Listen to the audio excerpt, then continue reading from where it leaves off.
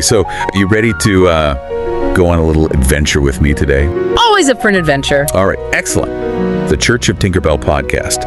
Faith, imagination, the power of belief. Love and acceptance to make the world a better place. What would happen if we all just tried to see the world through the eyes of a child again, even for a moment? It's a beautiful thought, isn't it? It is. The Church of Tinkerbell. The Church of Tinkerbell. All right, I'm intrigued.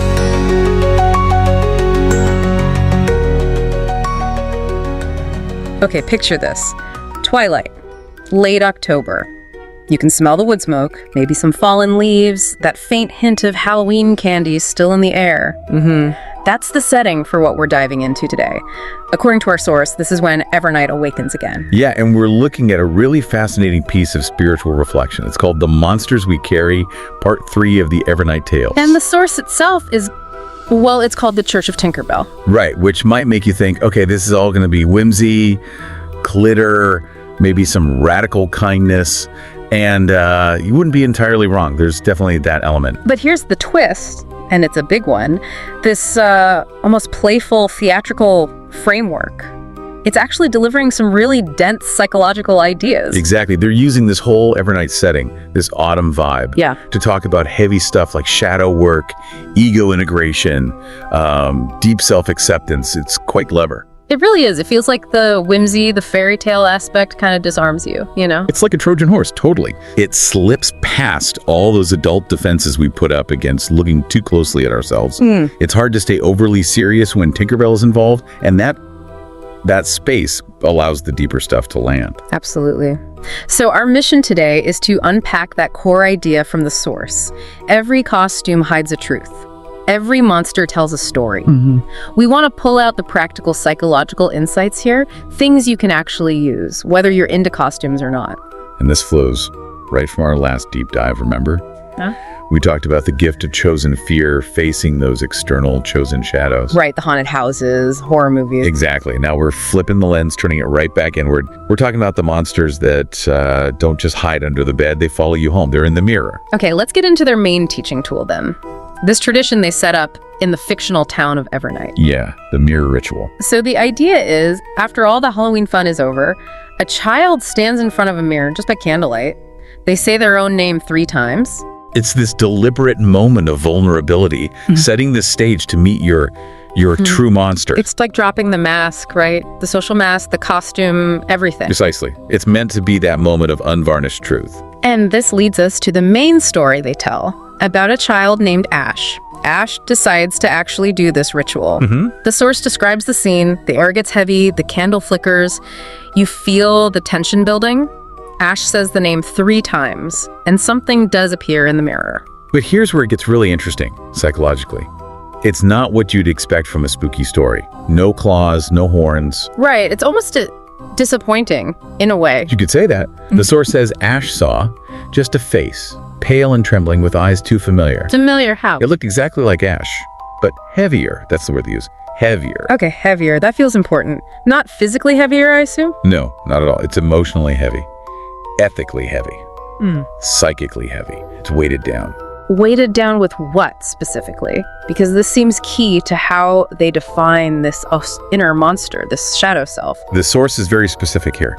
This reflection, this monster, was heavy with every single mean thing Ash had ever said in anger, but never owned up to. Oof.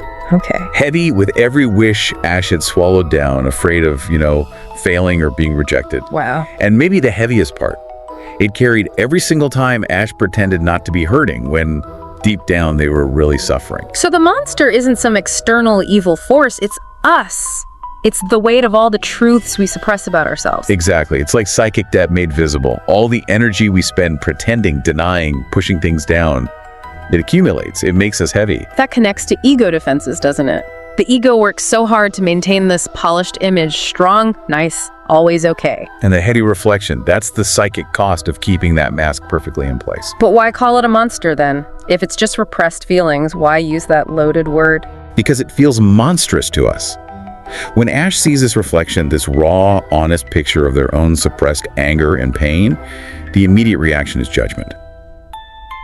It's awful. Ah, okay. We label the parts of ourselves we don't like as monstrous, push them away.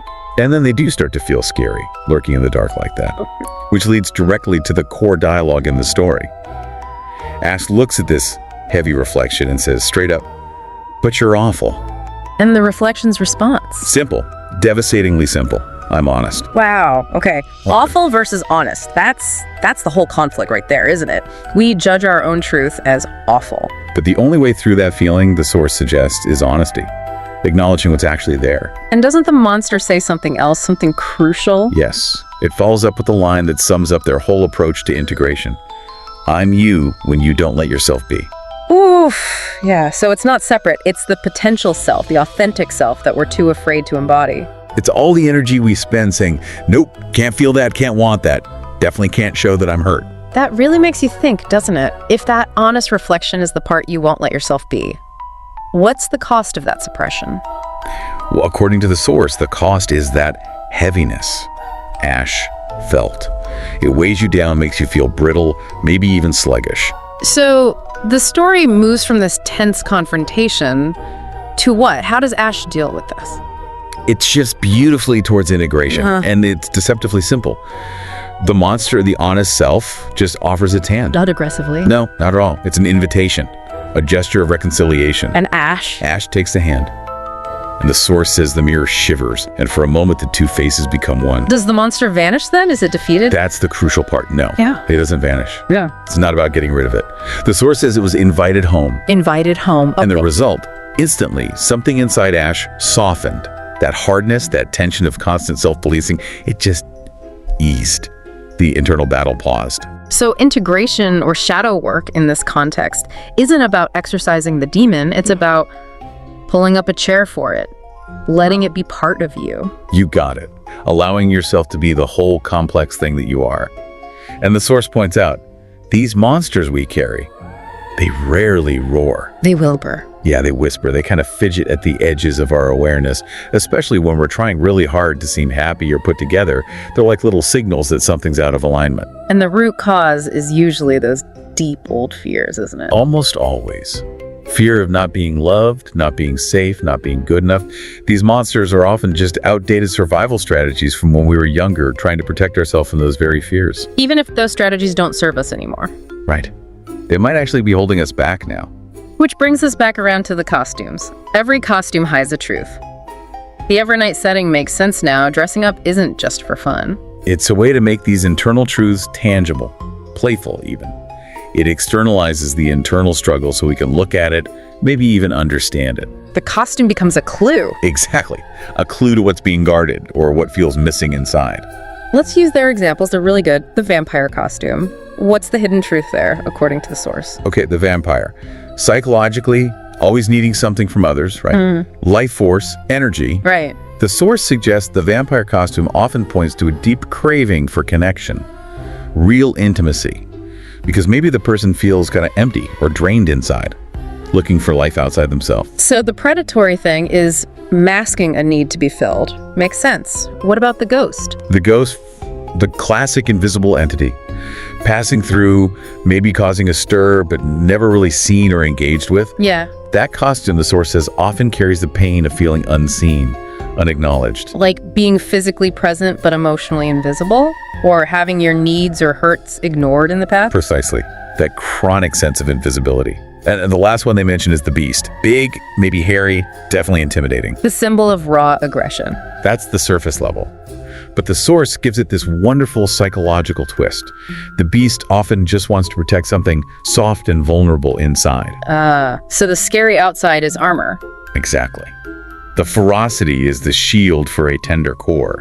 The costume itself is broadcasting the inner dynamic, the defense mechanism. We literally wear our defenses. Giving us a chance to embody them, understand them from the inside out. So, okay, if we understand this link between the costume, the monster, the inner truth, what's the point of engaging with it? Why not just, focus on positive thinking and try to banish the monster? Because banishing doesn't really work long term. It just pushes it deeper.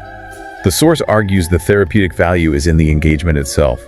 They say to pretend at monsters is to practice compassion for the ones within us. You can't have compassion for an abstract concept like my shadow self. Right. But you can feel compassion for the lonely ghost you embody, or the fierce beast protecting its vulnerability. It makes it concrete. And they lay out a kind of process for this, right? 3 steps to move past that heaviness Ash felt. Yeah, it's simple but profound. First, name them. Give that feeling, that monster, a name or a form that takes away some of its overwhelming, shapeless power. It frees it from the dark. Okay, naming it. Step 1. Step 2, and this is the core of it, hold them without running away. That act of just staying with the uncomfortable feeling, the monster, that's how we grow brave, according to the source. Holding it is the integration. Realizing it's not a flaw, it's just a part that needs to be seen. Exactly. If you run, it chases you, gets heavier. If you hold it like Ash taking the monster's hand, it starts to soften. The energy shifts. So this isn't just a spooky story from Evernight. How does this apply to us listening right now?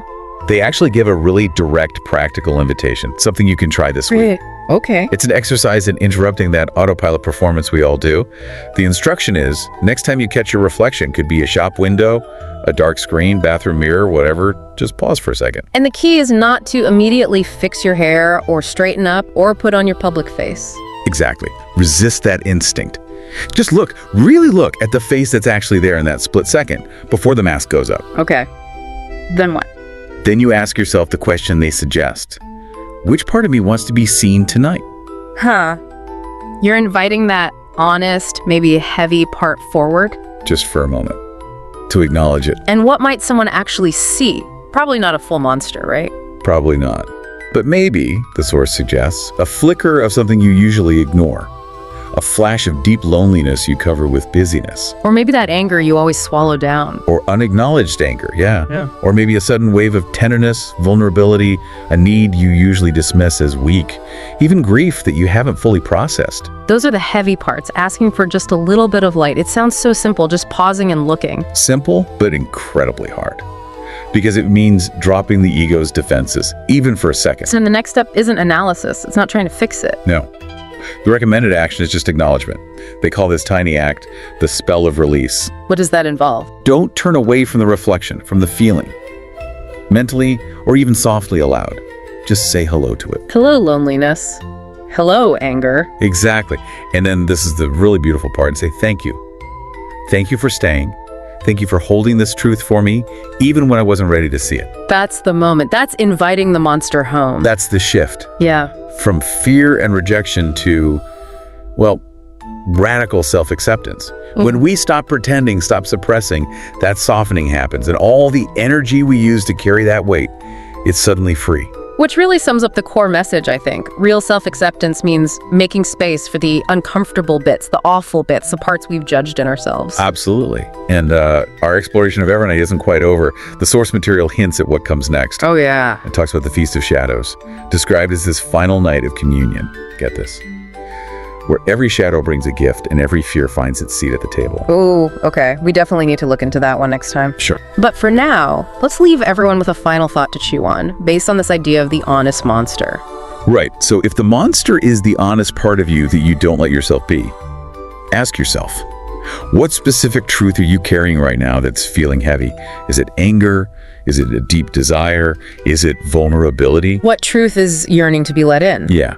And consider this. If you were to actually invite that specific honesty home tonight, just acknowledge it. What unexpected gift might that bring into your life tomorrow? What could change if you stopped carrying that weight? Thanks for going on this little adventure with me today. Anytime. And listener, keep sprinkling that fairy dust, all right? We'll see you next time.